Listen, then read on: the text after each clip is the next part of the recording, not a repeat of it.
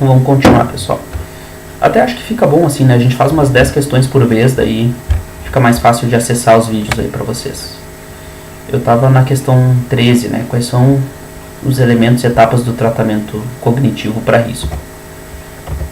Avaliação, que a gente já conversou como fazer. Reduzir fatores de risco, que envolve, por exemplo, tirar a arma de fogo, né, de casa, fazer outros fatores do tipo crises que a pessoa possa estar tendo. A gente vai tentar reduzir isso, tentar diminuir. Então, de uma forma geral, redução de fatores de risco. A gente vai fazer isso avaliando quando ela tem ideação o que aconteceu, para a gente identificar os fatores desencadeadores, e vai tentar fazer isso de forma colaborativa. Se a pessoa não estiver colaborando, aí sim a gente vai ter que fazer a força, né? Vai ter que ligar para um familiar, alguma coisa assim, mas sempre que possível de forma colaborativa. Eu até dei o exemplo daquele meu paciente que ele deu a ideia de não ficar com a munição das armas, que era um colecionador de armas, né? O terceiro passo é tentar reestruturar a desesperança. Tem algumas perguntas, né? A ideia é tentar fazer a pessoa responder a pensamentos de desesperança e mudar crenças. Então, ver com ela a perspectiva sobre o futuro, né? Ver com ela se ela já tentou fazer tudo que era possível, porque isso às vezes é uma coisa que ajuda a reestruturar a desesperança, né? Tipo, olha, tu não tentou fazer tudo que era possível ainda.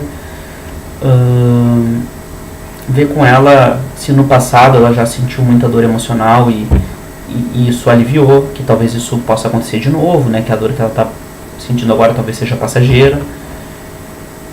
Enfim. Ou se ela está com desesperança no sentido de nunca mais vou ter um relacionamento afetivo como o que eu tive hoje, é tentar reavaliar isso, assim, né? Que provavelmente isso não é uma verdade, que é possível que ela tenha um outro relacionamento bacana no futuro. Enfim, então é reestruturar a desesperança, tentar fazer um plano de ação, que é o cartão de enfrentamento. Tem uma questão específica sobre isso que depois eu vou comentar, e ao longo disso tentar manter apoio e contato regular, tá? Quanto maior o risco, maior a chance de a gente ter que ir fazendo um apoio e um contato regular com a pessoa, sei lá, da pessoa te mandar uma mensagem por dia de como é que ela tá, como é que foi o dia, de talvez se ver mais do que uma vez por semana. Então é algo que acaba permeando aí o tratamento. 14. Uma intervenção importante para o manejo de risco de suicídio é a construção colaborativa de um cartão de enfrentamento. Considerando o que foi visto em aula, quais são os passos que devem constar em um cartão de enfrentamento? Descreva brevemente cada passo, máximo 4 linhas para cada passo. Então essa é aquela questão que eu falei que era bem provável que fosse cair, né? Passo 1, identificação de sinais.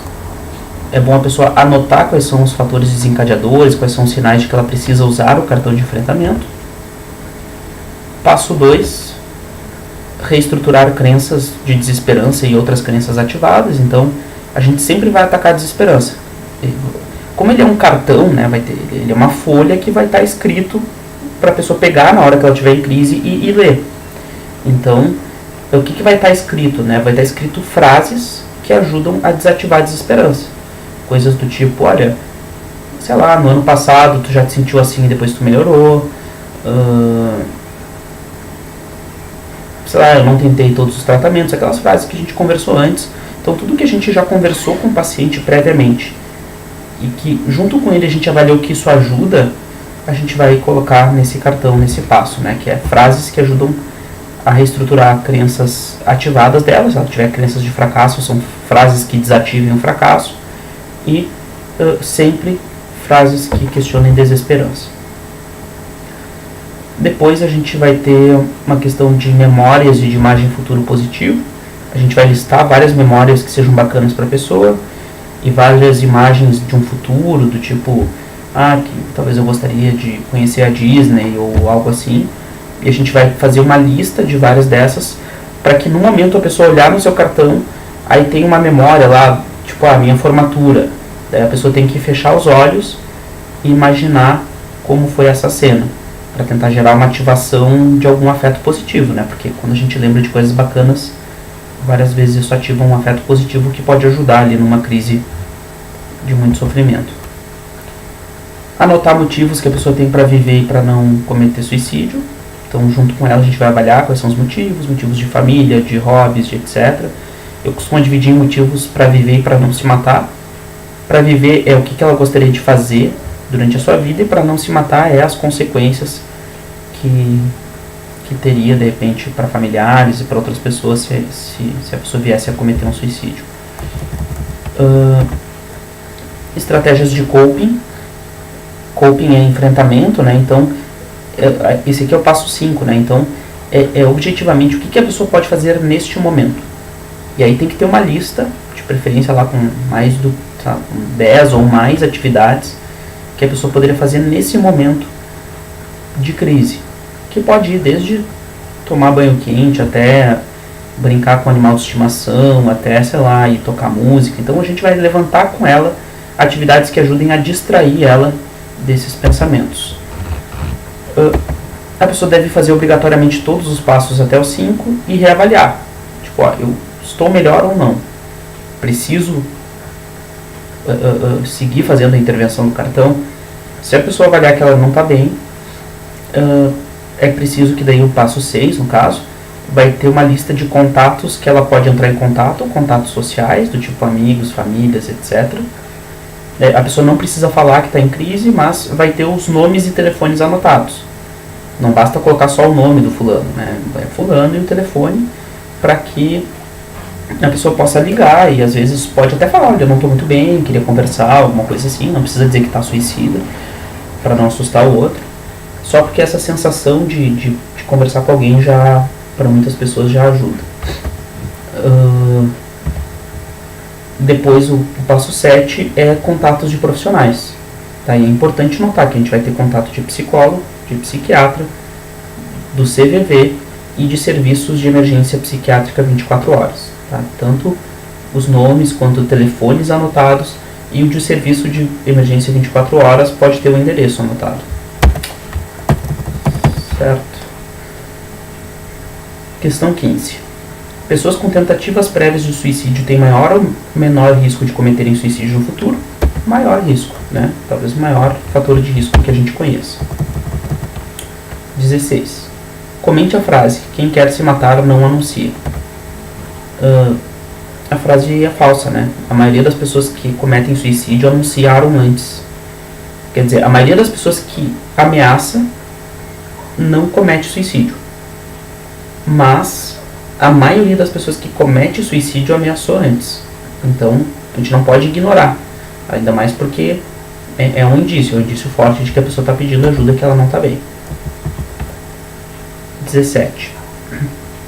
Segundo dados da Whole Plan Network dos Estados Unidos, em uma ligação em que é identificado o risco de suicídio, como deve ser a postura do terapeuta, o que ele deve evitar fazer ou dizer. Então, o terapeuta ele não pode ser excessivamente diretivo nem excessivamente passivo. Evitar curiosidade. Se a pessoa está muito mal, não precisa pedir para ela contar em detalhes tudo o que aconteceu. Né? O objetivo é que o terapeuta seja acolhedor, mas não só acolhedor, que ele possa, junto com o paciente, elaborar um plano para o momento, o que ele pode fazer agora para ficar mais em segurança e para, de repente, se aliviar. E, se possível, agendar uma consulta, né? Antecipar uma consulta, algo assim, porque se a pessoa chegou no ponto de te ligar, é porque ela já passou pelos outros passos e porque ela está bastante mal. Em alguns casos, pode ser que a gente tenha que fazer intervenção no momento de combinar uma internação, de a gente ter que intervir mais ativamente nisso. 18. Que questões devemos levar em conta na avaliação de necessidade de internação de um paciente potencialmente suicida? Assim, no geral, a gente vai tentar não internar, né? Ou tentar fazer a internação que seja em casa, domiciliar, porque o custo social é menor, o custo para o sistema de saúde é menor, tá? Mas existem alguns critérios que nos indicam que a pessoa precisa sim ser internada, né? Principalmente muita impulsividade, se a pessoa está psicótica, se o humor está variando muito e se ela não tem apoio familiar. Se juntar isso a uma ideação muito grave, né, com planos concretos, com muitas tentativas prévias, aí evidentemente a gente vai optar pela internação. Então a gente meio que avalia tudo isso e, com base em tudo isso, decide. 19. Qual a relação entre o sexo dos sujeitos e risco de suicídio? Mulheres tentam mais, de 2 a 4 vezes, depende da pesquisa, e homens morrem mais por suicídio, de 2 a 3, 4 vezes também, dependendo da pesquisa. A gente até discutiu em aula alguns motivos para isso, mas que não vou revisar isso agora. Questão 20. Cite 2 perguntas que podem ser utilizadas para ajudar a reestruturar a desesperança.